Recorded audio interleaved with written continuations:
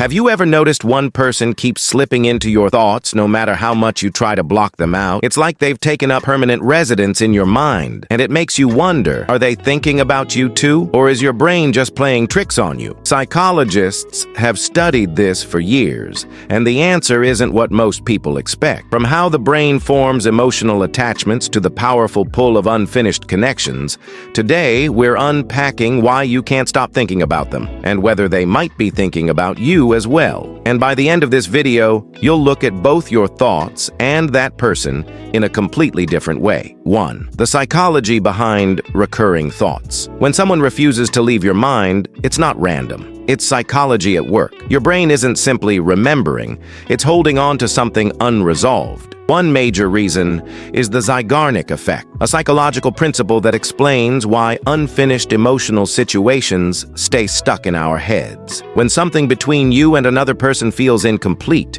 your mind keeps looping back, searching for closure that may never come. Then, there are emotional triggers. Feelings like attraction, nostalgia, or regret strengthen memories. A song, a scent, or a familiar place can suddenly pull them back into your awareness so vividly, it feels like they never left. And then there's dopamine, the brain's reward chemical. If this person once made you feel excited, seen, or emotionally alive, your brain links them to that emotional high. Every time you think about them, that connection deepens, slowly turning into a habit you never intended to build. But here's the real question. Is this a genuine emotional bond, or just a mental loop your brain can't shut down? 2. Is this love or something else? So is it love or is it fixation? It's easy to confuse intense thoughts with deep feelings, but psychology draws a clear distinction. Real love is grounded in mutual connection, shared experiences,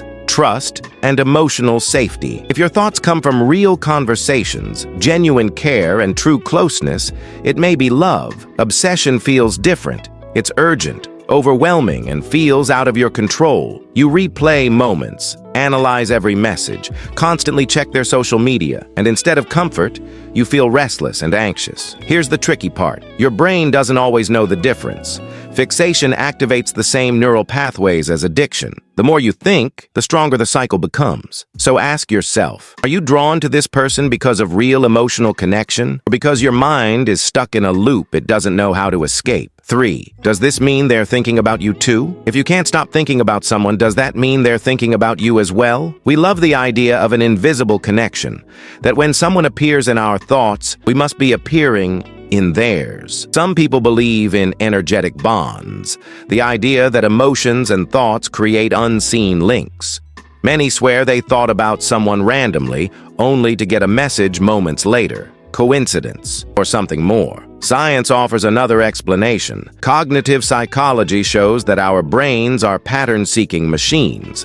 When someone occupies your mind, you begin noticing things that feel like signs, even though they were always there. There's also the mirror effect. If you're engaging with their content, viewing their stories, or quietly watching from a distance, you're staying present in their world. Without realizing it, your attention may be keeping you in their awareness, too. So, are they thinking about you? Maybe, maybe not. But one thing is certain. The more attention you give your thoughts, the more power they have over your reality. 4. How to let go, if you want to. What if you don't want to keep thinking about them? What if this mental loop is draining your energy, stealing your focus, or holding you back? The good news, you can break it, but it starts with understanding why your mind keeps holding on. First, step out of the thought loop. When they show up in your mind, don't fight it. Simply notice it. Say, there it is again, and gently shift your focus. Resistance strengthens thoughts. Awareness lets them pass. Second, replace fixation with new energy. Your brain craves stimulation. If you don't offer something new, it will return to what feels familiar. Start something creative. Pick up a hobby. Spend time with people who lift you up. And here's a powerful test. Pull back mentally. Stop checking. Stop reacting. Stop feeding the connection. Then observe what happens. Do they reach out? Do they notice the absence? Often we're the ones keeping the bond alive.